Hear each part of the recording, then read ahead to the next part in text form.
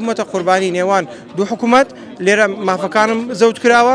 ئێمە ئەمڕۆ ئەم خێمەیەمان هەڵداوە. ئەمڕۆ یەکەمین ڕۆژە سەرجەم دەرچووەکان هاتوون بۆ ئێرە.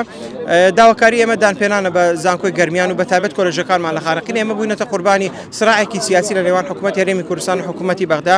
گەورەترین کێشە لێرە بەهۆی چیە؟ بەهۆی ئەوەیە کە ئەم زەویانە کە کۆلێژەکان حکوومەتی هەرێمی کوردستان کاتی خۆی لەسەری دروست کردووە، هی حکوومەتی عێراقیە ئێستا. حکوومەتی عێراقی ئێستا ئاڵای لێبەرز کردوەوە، ئەڵێ تۆ هیچ موافقەیەکت نییە کە بەبێ موافقەم کولیانە دروست کردووە.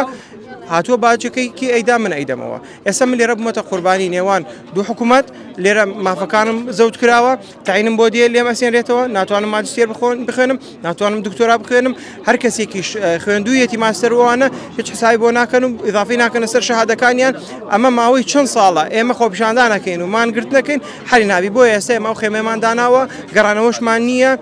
دەبێت سەرجەم لایەنە سیاسیەکان و وەزارەتی خوێندنی باڵای هەرێمی کوردستانیش بەتایبەت بێتە سەرخەت، چونکە کارەکە لای دکتۆر ئارامە، وەزیری خوێندنی باڵای هەرێمی کوردستان، ئەو ئەبێت تەوقیع لەسەر ئەم بابەتە بکە.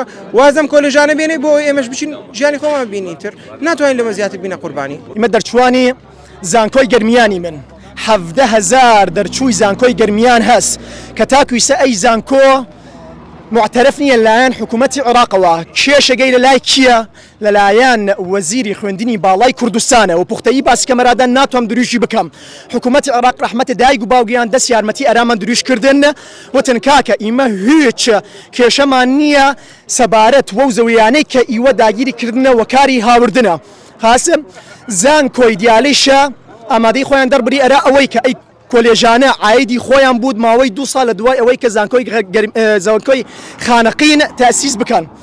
خاص لە دوای ئەوەی کە کتابێک چی ئەرا لای وەزیری خوێندنی باڵای عێراق جاری تر ئەو کتاب ئاراسا کردی ئەرا کورە هەر لای وەزیری خوێندنی باڵای کوردستان لەری پرسیارکردن ئایا تو ڕازی سەرۆکایەتی زانکۆی گەرمیانە ڕزایەتی خۆی دەربری ئەرا ئەوەی کە کۆلێژانە عایدی زانکۆی دیالە بکات تاکویسە 4 جا ئەی کتابە نارنەرای ئیمزای ناکات نفسی خۆی عزیزترە لە ئیمە. ئێمە وەکو دەتوانین زانکۆی گەرمیانم ڕ هاتوونەتە سەر شەقام بۆ ئەوی داوای مافی خۆمان بکەین دانپێدان بە زانکۆکەمانە چونکە مافی خۆمانە دا بمێزرێنێن.